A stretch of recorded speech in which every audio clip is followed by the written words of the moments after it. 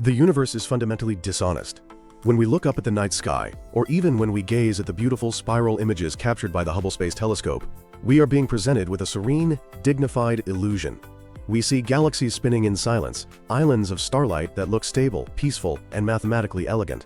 Astronomers often call these the Dr. Jekylls of the cosmos, respectable, orderly, and calm.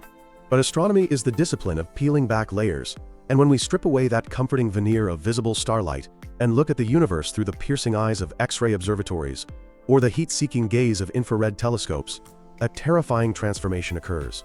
The calm galactic disk fades, and from the very heart of the system emerges a source of violence so profound it defies easy comprehension.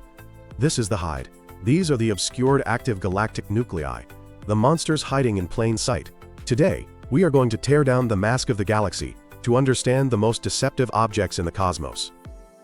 To understand this deception, we have to start with the anatomy of a galaxy.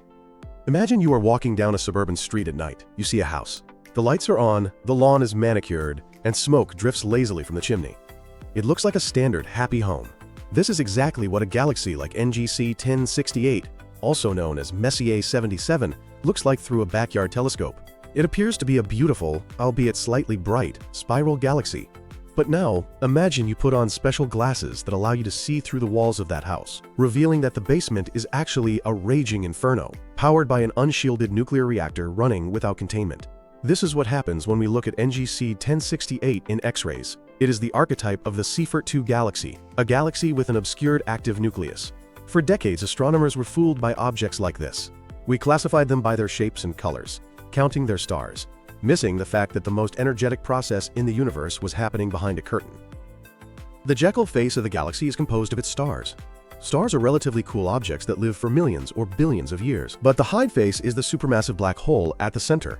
In these active galaxies, the black hole is not sleeping, it is feeding, and this feeding process is the most efficient energy generator in nature. To give you a sense of scale, nuclear fusion, which powers our sun, converts about 0.7% of mass into energy. Accretion, the process of matter falling onto a spinning black hole, can convert up to 42% of the infalling mass into pure energy. As gas and dust spiral inward, friction caused by magnetic turbulence heats the material to millions of degrees. The inner regions of this disk glow with an intense ultraviolet and X-ray scream. If we could see this directly, it would outshine the trillion stars of the rest of the galaxy combined. We would see a quasar. So why don't we see a quasar every time? Why do some galaxies look like blazing monsters while others, like NGC 1068, look like normal spirals with a secret? The answer lies in geometry and the unified model of active galactic nuclei. We now believe that the blazing quasars and the obscured Jekyll and Hyde galaxies are essentially the same physical object, just viewed from different angles. Surrounding the central accretion disk, far further out than the black hole itself, lies a massive, donut-shaped structure known as the dusty torus. This isn't a smooth ring like Saturn's. It is a chaotic, clumpy swarm of molecular gas clouds and dust grains. Think of it like looking at a flashlight surrounded by a thick ring of smoke. If you look down into the hole of the ring, you are blinded by the light. This is the Type 1 view, where we see the quasar directly. But if you look at the flashlight from the side, edge on, your line of sight passes through the smoke. The light is blocked. The monster is hidden. This is the Type 2 view, or the obscured AGN. However, energy cannot be destroyed, only converted. The dust grains in that torus absorb the high-energy photons from the engine. They heat up, and then they re-radiate that energy as infrared heat. This is our first major clue, a galaxy that looks dim in optical light, but blazes like a beacon in the infrared. But the concealment can go deeper than just a bit of dust. Astronomers use a metric called column density to measure how thick the obscuration is. It is essentially a count of how many hydrogen atoms stand between us and the black hole. If the density is high, we call it Compton thin. In this scenario, optical light is blocked, but X-rays can still punch through. But there is a level beyond this, known as Compton thick. When the column density exceeds 1.5 times 10 to the power of 24 atoms per square centimeter, the gas becomes so dense that it is opaque even to high-energy X-rays. At this point, the material is as thick as a lead brick wall on a subatomic scale. Photons trying to escape undergo Compton scattering, bouncing off electrons repeatedly until they lose their energy or get absorbed entirely. These Compton-thick AGNs are the true Hydes. They are deeply buried, invisible to almost all standard telescopes, and yet models suggest that perhaps 50% of all black hole growth in the history of the universe happens in this heavily obscured phase. We have been missing half the story of the universe because it was hiding behind a curtain. Since the human eye is blind to this phase, and standard optical telescopes are easily fooled, astronomers have had to build a detective's toolkit to hunt these hidden beasts. The first tool is hard X-rays. Soft X-rays, like the kind used in medical imaging, are stopped by the dust. But very high-energy hard X-rays have the penetrating power to pass through the torus. Missions like NASA's NuSTAR telescope were launched specifically to hunt for these photons. When NuSTAR looks at what appears to be a normal, peaceful galaxy, it often sees a bright, hard X-ray point source at the exact center. It is seeing the gun smoke of the hidden weapon. Another smoking gun is the iron K-alpha line. When X-rays from the black hole slam into the surrounding dense gas wall, they can knock electrons out of iron atoms, causing the iron to fluoresce at a specific energy level. Seeing this strong spike in a spectrum is like finding a fingerprint on a weapon. It tells us there is a powerful X-ray source illuminating a thick wall of gas, even if we can't see the source directly. However, the biggest revolution in hunting these monsters has come with the James Webb Space Telescope. Because the dust torus absorbs the AGN's light and re-emits it as heat, obscured AGNs are incredibly bright in the mid-infrared, which is exactly the wavelength Webb sees. In 2024 and 2025, Webb began uncovering a population of high redshift galaxies dubbed little red dots. In visible light, seen by Hubble, these look like faint, innocent red blobs. But Webb's instruments revealed that many of these are not just red because of age or dust-obscured star formation. They are red because they host massive, dust-choked black holes. One famous example, nicknamed Virgil, was described as a cosmic Jekyll and Hyde. To Hubble, it was a standard early universe galaxy. To Webb, it was a raging monster, an AGN, hidden behind so much dust that it mimicked the appearance of a normal galaxy until the infrared data unmasked it. This leads us to a crucial realization. The Jekyll and Hyde nature of galaxies is likely not just about viewing angles. It is about evolution. The leading theory, known as the merger-driven scenario, suggests that the obscured phase is a necessary teenage growth spurt in the life of every massive galaxy. The story goes like this. Two gas-rich galaxies collide. The collision compresses the gas, triggering a massive burst of star formation and making the system incredibly dusty and chaotic. Gravity funnels this gas to the center, feeding the black hole. The AGN turns on, but it is buried under the debris of the collision. This is the obscured phase. The Hyde is growing, eating in the dark. Eventually, the AGN becomes so powerful that its radiation pressure and jets blow the remaining gas and dust out of the galaxy.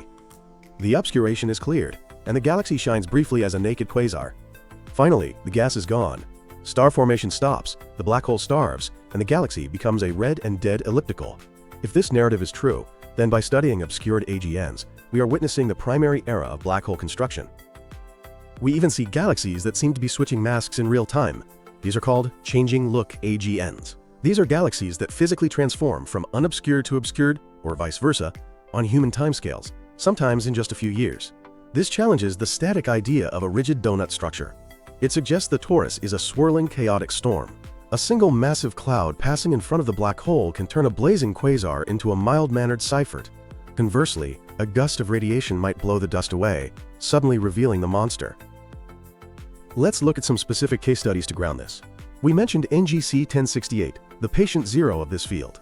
It was in 1985 that astronomer Antonis Antonucci made a breakthrough here. He looked at NGC 1068 not in direct light, but in polarized light. Dust grains scatter light like tiny mirrors. Antonucci found that if you looked at the scattered light reflecting off gas clouds far above the galaxy's disk, you could see the reflection of the central engine. It was like using a mirror to look around a corner. The reflection showed the signature of a Type 1 quasar. The monster was there, hidden, but its reflection gave it away. Then there is Cygnus A. In optical light, it looks like a fuzzy, split blob, a collision of galaxies. But in radio waves, it is one of the brightest sources in the sky, shooting massive jets of plasma into intergalactic space. It wasn't until X-ray astronomy matured that we confirmed Cygnus A hosts a quasar-class nucleus, completely hidden from optical view by a dust lane. It is a Hyde that screams in radio waves but whispers in visible light.